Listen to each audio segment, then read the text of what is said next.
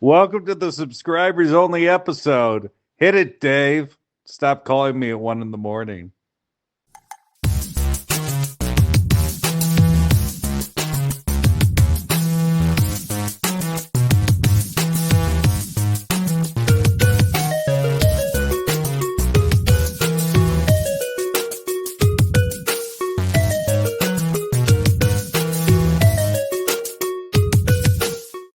Hello, everybody. Welcome back to another episode of On the Fringe. Hello, subscribers, and hello, new listeners. This is Dave. I'm here with Gavin today, and Whoa! yeah, Gavin. Gavin is in the house.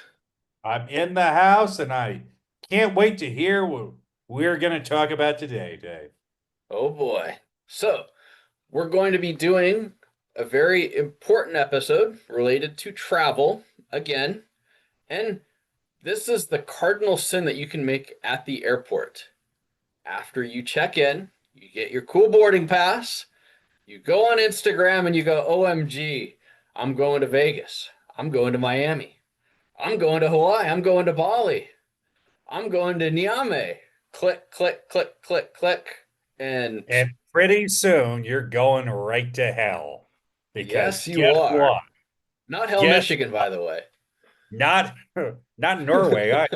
Um so I don't know. Michigan and Norway, they get awful cold in the winter. They do, February. Boy, do they. Anywho, no, Dave, this is a new trend. This is a new trend people are getting involved in.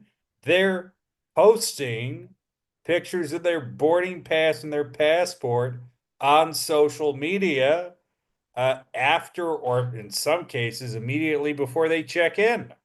Mhm. To me, Dave, this just seems crazy for a lot of reasons, but can you give us a little more detail? Yeah, as somebody who's actually done this before, so I did this during Peace Corps. And when I was going to Hong Kong, one day I got really excited. I was at the airport and I was like, OMG, I'm out of here. Snap. I took a picture of my boarding pass and I put it on Instagram. And I was like, it doesn't matter. Nobody's going to do anything. Nothing happened, but I got really lucky. I had very few followers. My Instagram is private. But if you have an Instagram or some sort of social media profile that's public and it's going out into the interwebs, then you're giving a lot of your personal information to people. Even if you try to cover up some of the stuff, if your boarding pass's barcode, so every single boarding pass in the world has a standard 2D barcode. And this barcode makes it, when you're at the airport, you go to check in, there's a little scanner, boom, your information comes up. You go into security, scan, boom, lets you through. Go to the duty free shop, they scan it, boom, you got your duty free purchases on your boarding pass. Everything is tied to that barcode. So that barcode has a lot of your personal information attached to it. So it's got your name, it's got where you're going, it's got where you're coming from, and it might even have your frequent flyer number. It might have whether you have pre-check status or if you're going to get extra security at the airport. The four S's. It's fun, let me tell you. That's a whole nother story, and we should do a story about that later on. Should But do.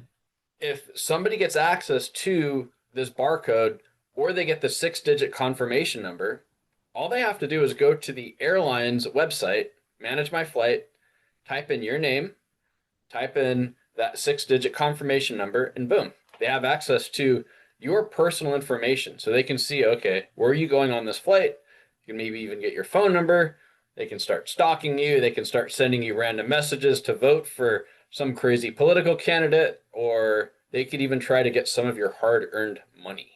Or worse, they could try to get some of your family members' money. And look, this is a topic we've been covering in detail. You have to be protective of your information. And, as two fellas who've certainly maybe not always been as protective of our information as we should have, we're just telling you, don't put information out there that you don't need to. It's fine to want to celebrate. It's fine to want to inform people in your life. But the more information you put on the internet, the more information can be used against you. And in this case, I've seen people post boarding passes with bits blacked out. But if someone's really enterprising, you would basically just have to black out the whole thing. Um, there are little tidbits just all over the place. And there's Hmm. so much information, again, between the barcode and the pre-check and the flyer number. You're giving them so much information. If you're on a public account and you post your boarding pass, uh, I'm sorry, people are going to be running those numbers. They just Hmm. are. It's just basically you're putting up free information, and all information on the internet can be sold. Yep. And it very likely will be sold. Yep. And I mean, we've talked about this in other episodes. There are huge enterprises going through, they're illegal enterprises. Some places it's legal too. Companies will get your information and they'll sell it to basically whoever wants to buy it. Mm. And the more information you put on the internet, the more money that somebody's going to make off of you. You're making somebody else richer and you're potentially making yourself a lot poorer because you're setting yourself up to be socially engineered by somebody. Cue the spooky music. Ooh, ooh, we still don't have a spooky music budget, Dave, so it's just me. It's just me. But I'm being socially engineered, Dave. I don't think I'd like that at all. What does Yeah, that mean? probably wouldn't be fun. Basically, social engineering is manipulation through influence, and it's where somebody is using information that they've gained on you, so you reveal more personal information about yourself or about somebody else that you know about, so that Hmm. person can then take money from them, either get a credit card number or get money from their bank account or something like that. So here's just a quick example.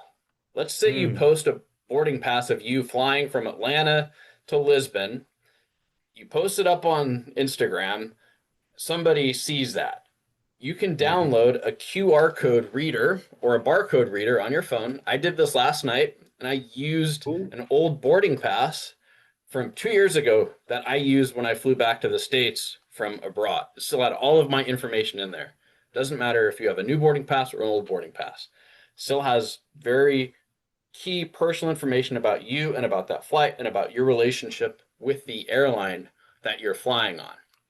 So then somebody can take that information, they can go to the airline's website, so Delta Airlines website, manage my Hmm. trip, put in your name, put in QR or put in the 6-digit confirmation number, and then boom, they have access to your flight. And if they see that, oh, this guy's going from Atlanta to Lisbon and then he's coming back in a week or two, well, we can create some sort of an attack to get this guy. So we can watch this guy's social media for the next week, see where he goes in Portugal. And okay, he posts a picture of himself riding a scooter. Okay, so he's in Portugal, he's on a scooter. We can send now, based on his ties within social media, a message to somebody in his family. Oh, this guy was hurt on a scooter. He needs money. I'm a doctor in Portugal, and he needs $3,000 to pay his hospital bill. Is that going to work? Probably not. But what would be But more it likely might. to? It might. But what would be more likely is that you have somebody that sees this information and they have your exact flight information that they've gotten from logging into Delta, and they send you an email. And they go, hey, your flight has been changed. We're delaying your flight by 12 hours. Call this phone number and we can get you an alternative. So, what do? You call that number. They set up a fake Delta Airlines call center and they go, yeah, we've got a flight. You can go Lisbon to New York to Atlanta and we'll get you back 2 hours later than you'd expected. And all you need to do is give us a credit card number and we'll book you on that flight. It's going to be $50. Boom, sold. So then you've given out your credit card number to somebody who's been trying to scam you, and then they can take that number and basically do whatever they want to with it. You're going to have probably at some point you'll figure out how you did it, but for 2, 3, 4 days, maybe even longer, it's going to be hell. Where you're in Portugal and you're trying to get somebody that's stolen your card to stop using your card, and then now you may be out of the country with no credit card. And you know what? This is not a made up scenario, folks. This is not something we're pulling out of our behinds here. This is an amalgamation of things that we've heard about, that we've seen. This is going on all the time. So just be aware. Just have a basic awareness that this is happening. This is going on. And it is a lucrative, profitable business. Can I just steal the little factoid you put on the doc, Yeah. Dave? Yeah. So last year, in these kinds of social engineering scams, I believe this is a worldwide number. No, this is just from the US. This is just from the US. Yeah. Oh my gosh, this makes so much more from the sense. from the FBI. According to the FBI, last year alone, $16 billion were stolen in social engineering scams. With a B. It's Well, it's 16 scamming. Online billion. scams, primarily Wow. through social engineering. It's just an incredible figure. I mean, I know countries that don't make that much in a year. So this is $16 billion. This is the big time. This is one country. This is America. All over the world, we're talking hundreds of billions of dollars every year. So it's going to affect people in America. It's going to affect people outside of America. Be aware, if you're traveling, that makes you a target. Automatically. You have put yourself in an income bracket that is going to be targeted for this kind of activity. You Yep. have to take some, no, you're not responsible for everything that goes on in the world, but you have to take some responsibility over your data because there are people working day in and day out trying to get it. And you're not going to like what they do with it. So please, please, please keep your data secure and Yep. keep your wits about you. Yes, please do so. And we've talked about AI. We've talked about countries over in Southeast Asia where there are scam farms set up.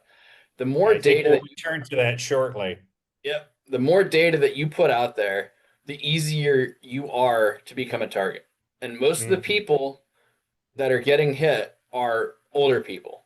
So you might not get scammed by posting a picture of your boarding pass, but they might be able to find your parents. And they might be able to go after your grandparents or your uncle or somebody that's a loved one of yours.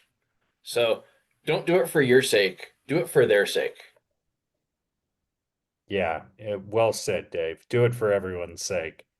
On that note, all the best from On the Fringe. Please like, comment, subscribe. If you like what you've heard, please share it. If you don't like what you've heard, also share it. Share it with everyone. Share it with the bus driver. Share it with the taxi driver. Share it with the dog. Share it with everyone. Just share it. Just sharing is caring. Spread it And at far the enough. drive-through. Hit him at the drive-through. Just hit him with it. Hit him. And you're not listening to On the Fringe. What's the problem here? But seriously, we appreciate our community. We appreciate our subscribers and our listeners. Please, please, keeping on. We appreciate having you in the On the Fringe community. Thank you very much. Thank you guys.